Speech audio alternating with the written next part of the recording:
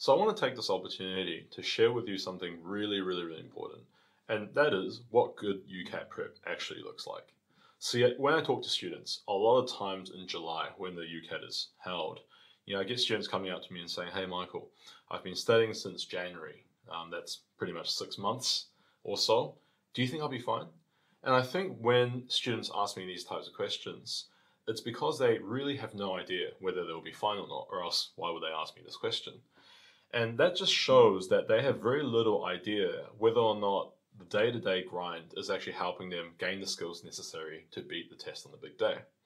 So I really want to focus on giving you more of a framework behind what good UCAT prep actually looks like, and also some indicators and also some measurable outcomes that you could actually trace as you grind through the days for UCAT prep, so that you know for a fact that once you finish your, 2 hours here and there, that you're left with more ticks than anything else.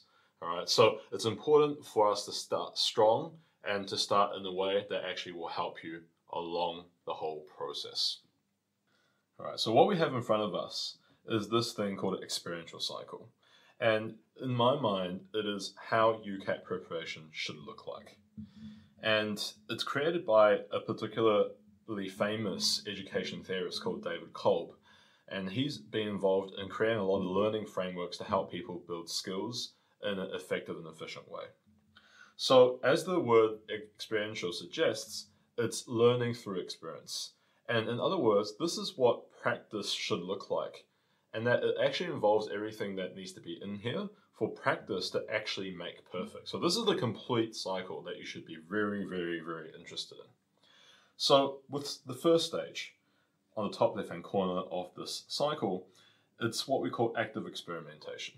So underneath the words active experimentation, it says planning or trying out what was learned.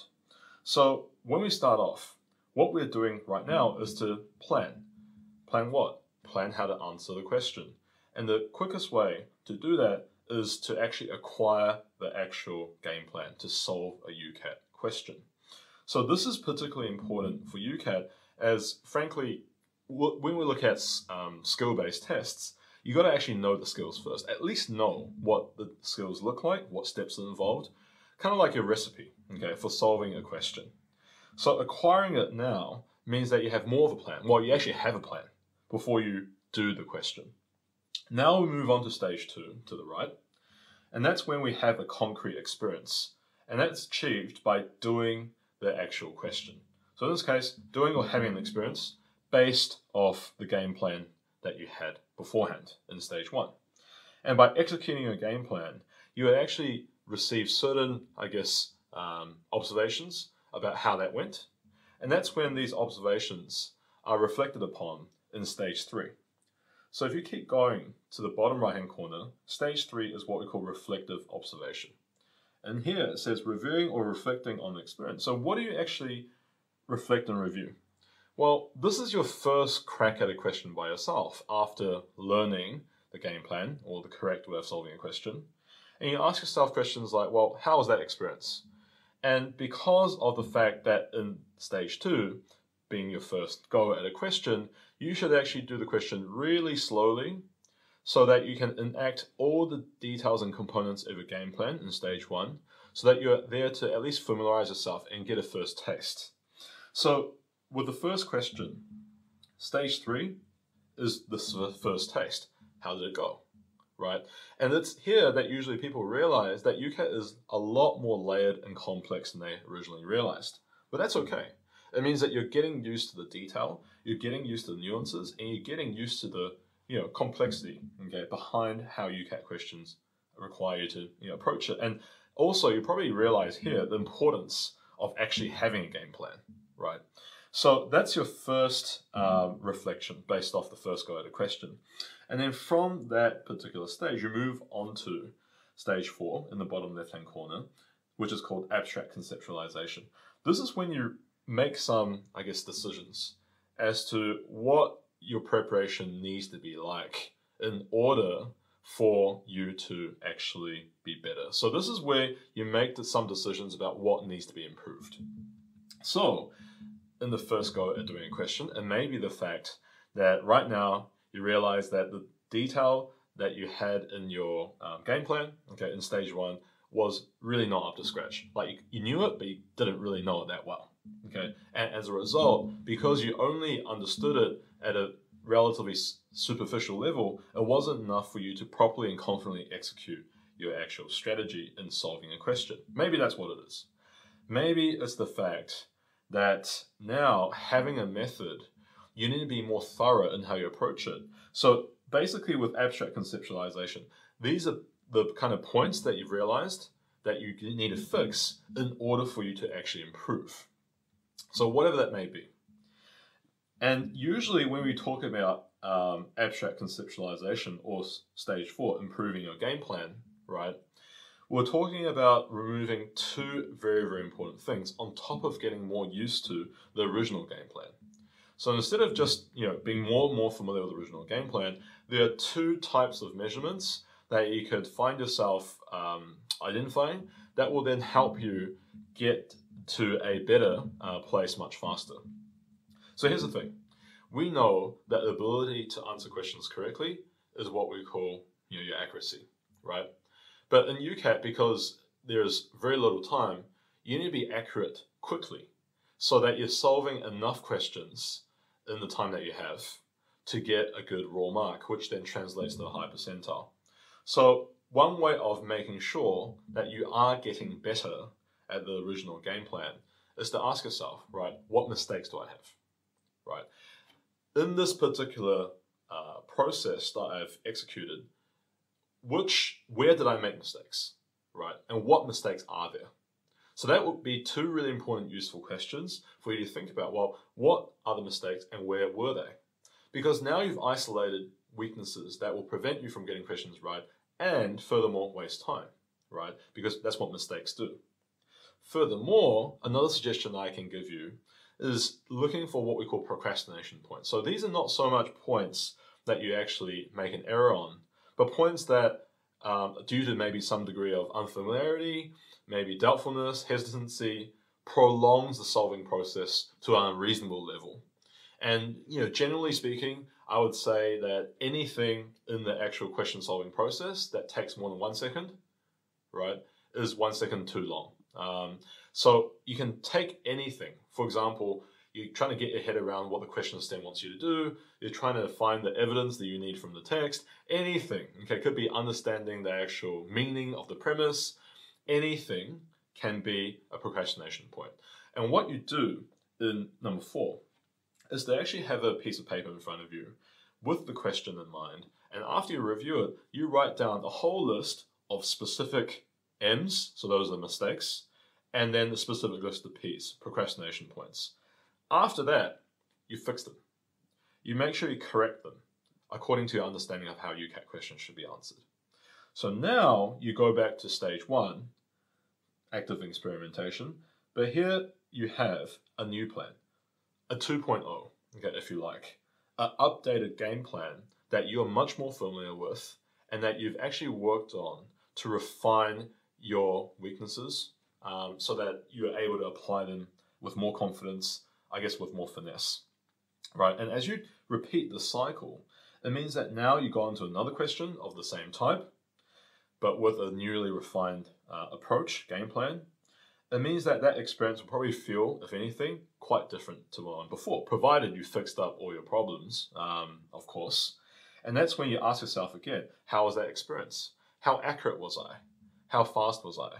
And generally speaking, if you're improving as you go, it should always be, yes, it's more accurate, yes, it's faster, right? And that's when you know for a fact that this practice makes perfect cycle, or in this case, experiential cycle, is actually doing you wonders. Because every time you go through stages 1, 2, 3, 4, and then 1, 2, 3, 4, etc., you're actually taking time to consider exactly what's going on and then make active improvements. And we know UCAT is about evidence-based decision making, and it's about this thing called metacognition, which is being aware of how you think. You're taking time to actually stand back and assess how you're thinking and making adjustments on that cognitive level. And what that means is this, is that you should improve after every question. So the first time you go through a question by yourself, you should expect a ton of P's and M's, a ton of them, right? Because it's the first time you're doing it and you're super not used to it. It's like the first time you bake a cake. You're going to make mistakes, and probably a lot of them, right? That's naturally expected. But provided you actually find all of them and then fix them, it means that the next time you do it, okay, you should actually be able to do it a lot quicker and a lot more correctly. So as you go through and through and through, you're not really question bashing. You're not just going through question after question after question. You're actually making mindful adjustments every single time. And they're, again, reinforced in stage 2, following the cycles each time. So a lot of people tell me, they go, but Michael, I'm taking so long, okay, to actually answer questions with this stage 1, 3, and 4 process. I'm taking so long. I don't have this time in the UCAT. And yeah, you don't have this time in UCAT. You're right. But if I'm taking so long, how do I get fast? Well, you got to realize that speed is a byproduct of accuracy. If you're accurate, you don't make mistakes and you don't procrastinate because you know exactly what to do. It's second nature, right? So the point is this, is that through this cyclical process, you're able to get to a stage of what we call mastery. And that's when speed will be there and you will not find yourself dipping in accuracy when there's a time limit, right? So here's the thing. A lot of people tell me, they go, Michael, if I had all the time in the world, I'll get this question right. And I go, cool, fantastic. It means that you've understood the game plan. But here's the issue. The moment that you're doing it under test conditions or some time limit, okay, condition, people fluster, okay? People get stressed because, it's under some kind of pressure. And that's when, if your game plan is not perfected, it's not reinforced, it kind of starts disintegrating really quickly. And that's when people get really stressed. And for anyone who's actually done a few practice questions on the official UCAT website, especially if it's timed, there's a really annoying clock on the top right-hand corner that counts down. And it's that clock that usually throws people off because they keep looking at it, thinking, oh my gosh, I'm wasting time. And that's when, okay, it leads to the acceleration of the deterioration of the game plan, right? So the idea is this, is that yes, you're taking your time now, right, in order to perfect your craft, your process, in order to consistently get questions right, and through that, consistently do them under time limit. And that's how, by going through the cycle as many times as you need, based on how many P's and M's still remain, and as you go through more cycles, you can imagine the number of P's and M's will decrease until there's none. And that's when you're then ready to actually look at and do the same process, the same experiential cycle for another question type belonging to another section. After you're done with that particular question type, move on to another question type for another section until you've finished all the question types that you could possibly find. Then you've achieved mastery in terms of basic competency for all your question types. And this is when you do mock exams. Don't do mock exams before this point in time. I'll tell you why. It's because if you're doing mock exams before you've mastered, okay, the questions and making sure you achieve maximum accuracy and speed, and you really don't need to do speed or timed testing or time practice for you to gain that speed. The speed is a byproduct of accuracy, like I mentioned before. That's why through math, when you practice and when you get more mindful of what to do, you just get faster anyway, right? No one really gains speed through doing mock exams for math. Yeah, you just gain speed because you know what you're doing, right? So if you have not mastered, okay, the ability to do questions accurately and under time in a consistent manner, it means you're going into the mock exam, of which there are 233 questions in 2 hours, with flawed techniques left, right, and center. And if you were to go into mock exams and do that, you're bound to not do well, right? Because again, the pressure of having 233 questions in 2 hours is going to get to you, and things are going to start collapsing. And a lot of people tell me that, well, by doing mock exams like this, it makes them feel really uncertain about their chances of doing well. And of course you would. Why would you do a calculus exam when you haven't mastered the ideas and the concepts and the working behind working out a calculus question? Well, you wouldn't. But people do that to themselves because maybe of bad advice or the fact that they just aren't aware that this is how you prepare for UCAT. So that then makes a huge difference in terms of how you're able to utilize the resources that you have. And the whole point of doing mock exams, if you say, well, Michael, if I'm not doing mock exams to improve my ability to answer questions, then what am I doing?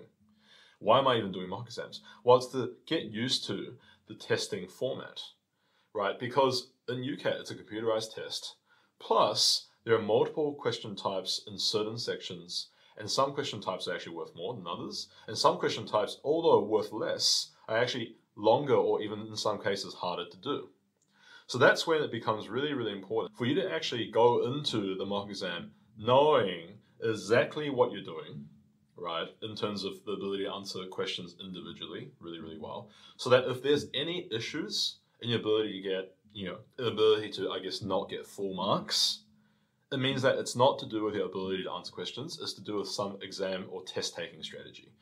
Then you isolate the test taking strategy issues that you may encounter. Maybe it's the fact that you happen to spend way too much time on this one question that is worth half as much as other questions. And that is a really useful realization that next time around, you might want to skip that type of question first and then score as you can, right? So that is basically the complete process. The first stage is all about making sure that you build competency, okay, in terms of consistent accuracy and speed. And that's through this experiential cycle made by David Cole. And after you've achieved that for all question types, which will take the majority of the time, you'll then move on to mock exams in order to test out various strategies you may have for test taking.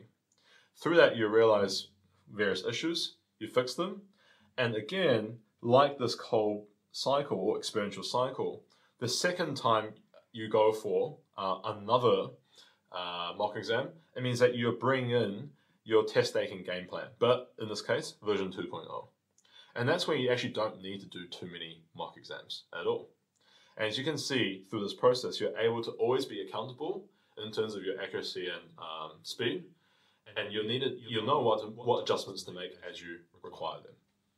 So as professional educators qualified in this type of testing, we've actually used this extensively for how we guide our students through preparation. And although, initially, the reality is this, there's no other test as analytical, as detailed, as demanding as UCAT, or as unique as well.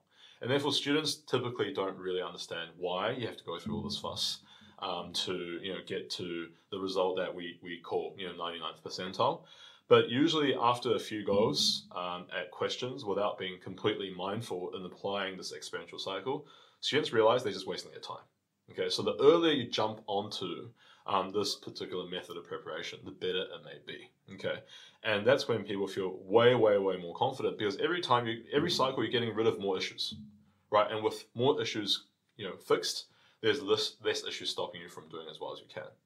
And another thing that you'll find is that you'll find actually you're becoming more interested in prep because you're actually getting better, and that's quite motivating when you have all these other things going on in your lives. And furthermore, it means that you actually don't need to do many mock exams. Most of our students who got 96th percentile or 3000, right? You can refer to the scoring video if you like to understand more about how scoring works. In last year's exam, 2019, they really didn't do any more than 3 to 5 mock exams. Generally speaking, around 4 mock exams. That's the number they did. They don't need to do any more, because if you go into the mock exams having perfected your individual techniques to solve questions, well, there's really not that much else to improve on except just your test-taking strategy.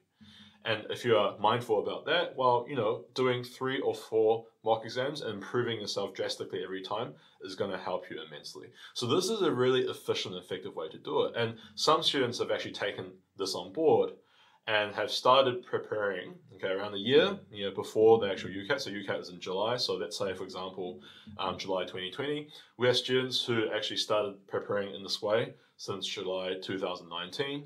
And by the end of the summer break, which is the end of January, they've already finished prep, right? They've actually finished preparation and they don't feel the need to do more. And people go, well, what if you forget, your preparation?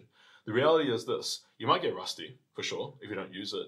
But if you've properly understood it and refined it in such a manner, you won't forget. After a few extra questions and maybe a quick look at your notes, you'll get back to where you should be anyway, all right?